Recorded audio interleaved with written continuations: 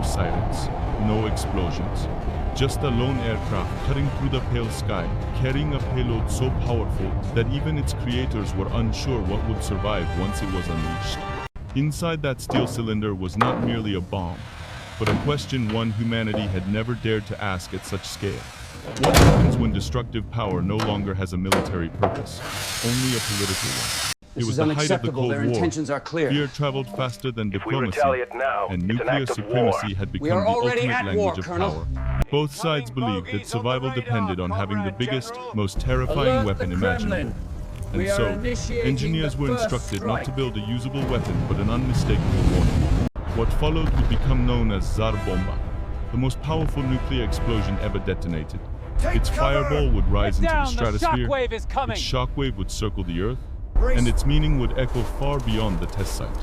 In the years after the Second World War, victory did not bring peace, it brought anxiety. Two superpowers emerged from the ruins, with unmatched industrial strength, global ambition, and a growing fear that survival depended not on diplomacy, but on deterrence. The battlefield had shifted. It was no longer measured in miles or divisions, but in megatons. By the late 1950 seconds, nuclear weapons were no longer viewed simply as tools of war. They had become instruments of psychology. Possession mattered as much as capability. Each test, each new design, was meant to send a message not just to an enemy, but to the entire world. We are willing to go further than you are. This mindset fueled an escalation that quickly left practicality behind. But the yield is Thermonuclear weapons, hydrogen bombs, had already proven capable of destruction far beyond the atomic bombs dropped on Hiroshima and Nagasaki.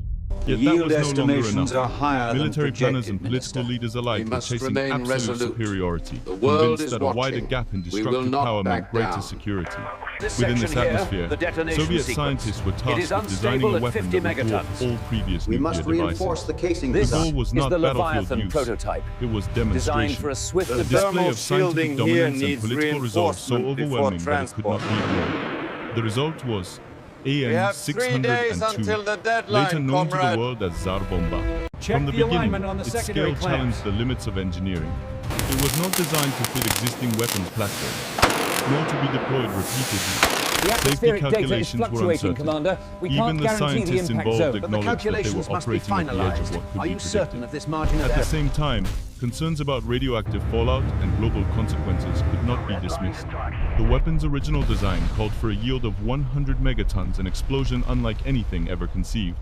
Faced with this reality, now while the weather a critical holds. decision was The made. models show us The bomb's revised design would calculations be altered confirm to the reduce reduced its yield, yield, Colonel. not out of restraint, but out of necessity. By the autumn of 1961, preparations were complete. The test site was isolated, evacuated, and secured. Engineers ran calculations one final time, aware that no simulation could fully capture what was about to occur. What began as a scientific challenge had become a defining moment of the Cold War, one that would reveal not just how powerful humanity's weapons had become, but how fragile the balance of the world truly was. By 1961, the weapon that would later be called Tsar Bomba had pushed beyond every conventional boundary of military design. Nothing about it was standard. Its sheer size dictated every decision that followed, forcing engineers to rethink how a nuclear weapon could even be delivered, let alone tested safely. The bomb itself was enormous, longer than a city bus, wider than any previous aerial weapon, and weighing more than many fully loaded military aircraft. This was not a device that could be hidden inside a bomb bay or deployed discreetly. It was built as a singular object, intended to exist once, detonate once, and then become legend.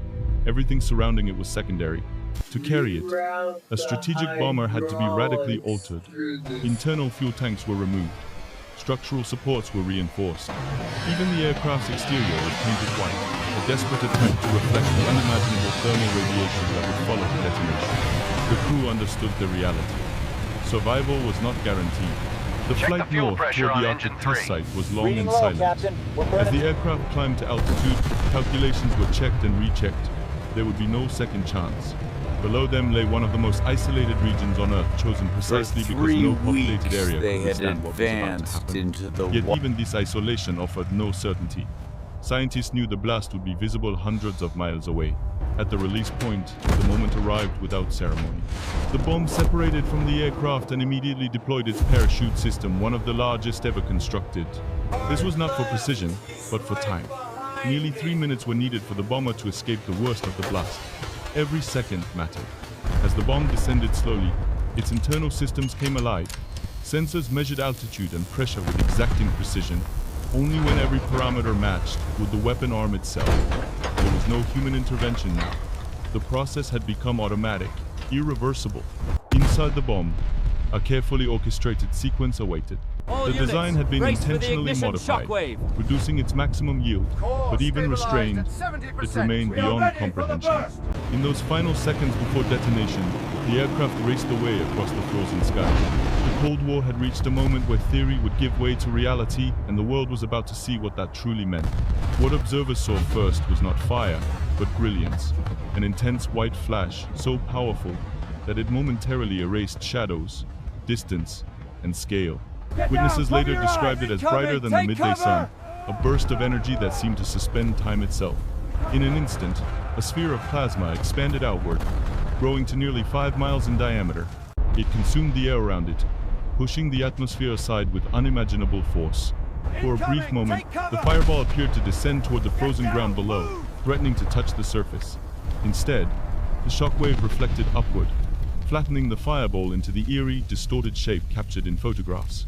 As the fireball cooled, it rose, transforming into a colossal mushroom cloud. It punched through the troposphere, pierced the stratosphere, and climbed to a height of more than 40 miles. From hundreds of miles away, the cloud was visible on the horizon, an unmistakable signal that something unprecedented had occurred. The blast wave raced outward across the tundra.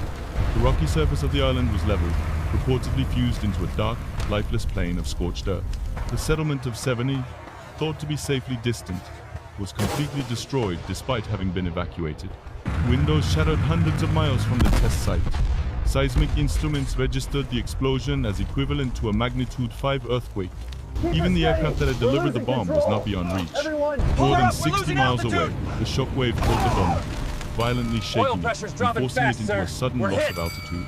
The crew survived, but the damage to the aircraft's exterior told a clear story. Distance had not meant safety. In less than a fraction of a second, the explosion of Tsar Bomba had rewritten every assumption about scale in warfare. No city could be defended against such power. No military objective could justify it. When the dust settled and the cloud drifted apart, there was no sense of victory, only a stark realization. Across the world, governments, militaries, and intelligence agencies understood its meaning instantly. This was not simply a nuclear test, it was a declaration. The message was clear. The limits of destructive power had been shattered, and no nation could afford to ignore that reality. In the United States, the detonation of Tsar Bomba landed like a shockwave of its own. Analysts at the Pentagon and policymakers in Washington recognized that this weapon changed nothing tactically, it altered everything psychologically. No air defense system could stop it, no city could withstand it, and no rational military doctrine could justify its use. The latest telemetry confirms launch origination in Sector Gamma. Accept a grim conclusion. Initiate the response sequence. We have no choice. Nuclear war could not be won. The concept of mutually assured destruction, where both sides possessed enough firepower to guarantee each other's annihilation, was no longer theoretical. If such weapons were ever used in combat, escalation would be automatic, uncontrollable, and final. Beyond military circles, everyone the test under cover intensified now. public Keep anxiety. your heads down. In the early 1,960 seconds, American households were already practicing duck and cover drills, building fallout shelters, and living under the constant threat of nuclear confrontation. News of an explosion powerful enough to be felt hundreds of miles away reinforced a growing fear. Technology had outpaced human judgment. Internationally, the reaction was similar. Allies were alarmed. Neutral nations were horrified. The calculations are flawed. We can't guarantee stability. Scientific community, doubts grew louder. Many of the engineers who had helped design the weapon began to question the moral cost of their work. The test did not inspire confidence, it inspired restraint. Within 2 years, that shift in thinking produced tangible results. In 1963, the United States, the Soviet Union, and the United Kingdom signed the Partial Nuclear Test Ban Treaty, prohibiting atmospheric nuclear tests. While far from ending the nuclear arms race, it marked the first serious acknowledgement that unchecked escalation posed a danger to all humanity. The Tsar Bomba ultimately revealed a paradox at the heart of modern warfare. The most powerful weapon ever built was also the least usable. Its true function was not destruction, but deterrence. And in demonstrating how far destruction could go, it forced the world, especially the United States and the Soviet Union, to confront the necessity of limits. When the dust finally settled over the Arctic test site, the world was left with an uncomfortable truth. The explosion of Tsar Bomba had not delivered security, victory, or strategic clarity. What it delivered was perspective harsh, unavoidable, and deeply unsettling. In purely technical terms, the bomb was a triumph of physics and engineering. But history rarely remembers From the weapons for their drawing specifications board to alone. the It unforgiving remembers what they snows reveal of about the the Eastern societies that Front. built them. The Tsar Bomba exposed the endpoint of escalation, a place where power no longer served strategy and strength no longer offered safety. Its legacy was not measured in megatons, but in hesitation. For the first time, both superpowers confronted a weapon so destructive that its use would invalidate every political objective it was meant to protect. Cities could not be defended. Civilians could not be spared. Command and control would collapse under the weight of instant, irreversible devastation. In the years that followed, the arms race did not disappear, but it changed. Nuclear testing moved underground. This draft outlines the withdrawal. We must adhere to the timeline. Rooted in a shared Agreed. understanding that some could be the lines turning cannot be point we crossed need. without consequence. We The cannot shadow of accept Tsar those Bomba terms, loomed General. over every The line negotiation, must hold here. every crisis, every Your close demands call are that followed. irrelevant now, Colonel. Even today, decades later, the world still lives beneath that shadow. Nuclear arsenals remain. Deterrence remains. The technology has evolved, but the underlying dilemma has not. The question raised in As the clock 1961 hung has never frozen truly above, been answered, the only battle postponed. below raised. Perhaps that is tank, the true meaning of Tsar Bomba. once an Not as a instrument symbol of dominance, war, but as a warning now preserved in history. stands A as reminder that humanity's greatest achievements can also be its most dangerous temptations.